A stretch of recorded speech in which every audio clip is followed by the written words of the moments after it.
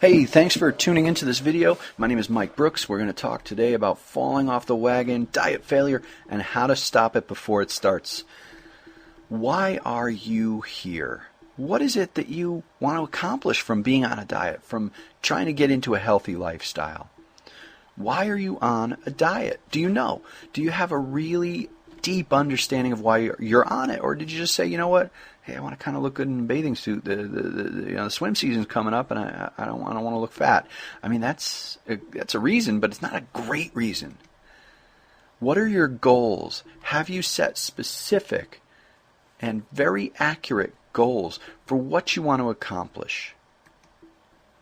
Have you created action steps for those goals? Do you know what it is you have to do to achieve your goals? Those are your action steps.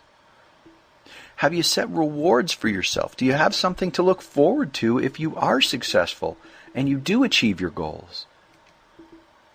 Is there a punishment? Is there something that's going to hold you accountable if you fall off the wagon? Something that's going to help you but that you're not necessarily going to enjoy?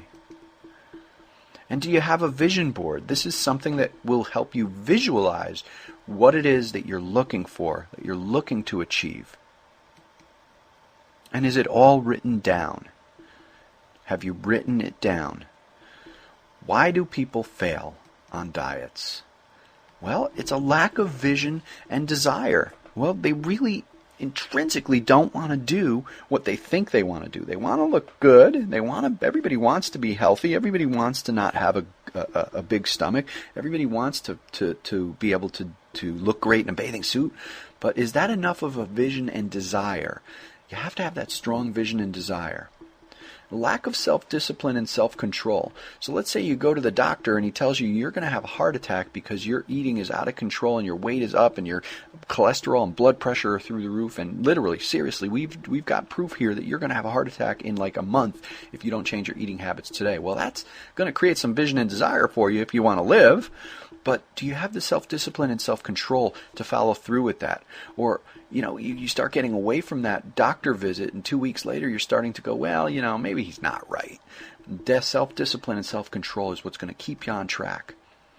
And people make it too darn difficult to be successful. Okay, people, maybe you haven't exercised in like 6 years, and all of a sudden you're going to get on the treadmill and run for 60 minutes. Well, that's just too darn difficult. And it all comes down to this. Motivation. What is it that really motivates you? If you can tap into this, if you can tap into building a huge motivation in yourself, you're going to be successful. So let's talk about goals. A desire without goals is just a wish. We've all made New Year's resolutions. We've all said on New Year's Eve, boy, this year is going to be the year. I'm going to do this. Well, that's a dream. Okay? Unless you're writing it down, unless you're setting it as a goal. A desire without goals is just a wish. Okay, notice I'm saying have to write them down, and I've bolded this, and I've underlined, and I put exclamation points. This is the key to success. People who write down their goals are statistically so many more times likely to be successful than people who don't. If you don't write it down, it is just a wish.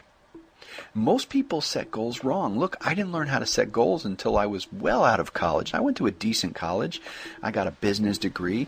I didn't learn about this in public school. I didn't learn about it in college. They don't teach goal setting to people. Your goal is not to lose weight. That's fine. That's good to say, hey, I want to lose weight. Your goal is to drop 1 pant size. It's very, very specific. The first one is not so specific. The first one just says, I want to lose weight. Well, that's great. How much weight do you want to lose? If you said, I want to lose 10 pounds, that's a goal. Now we're getting into goal setting. And it has to have a deadline. It can be a dream, but it's a dream with a deadline. So your goal is not to lose weight. Your goal is to lose 10 pounds by this date. You have to have a deadline for yourself. Break the goals into smaller goals. What's your 1-year goal?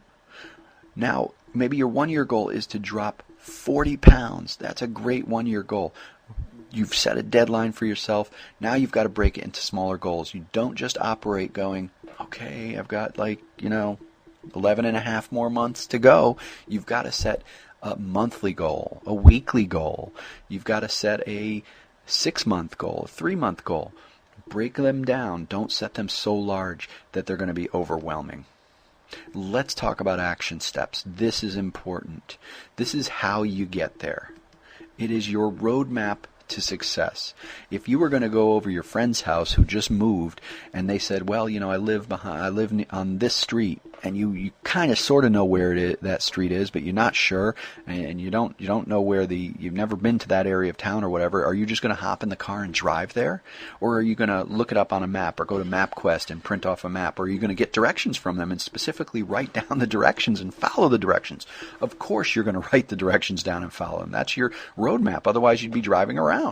Same thing with your goals here. You have to have that roadmap to success. Be very specific with your action steps. We're not just going to say, I want to exercise. We're going to say, here's the exercises that I'm going to do.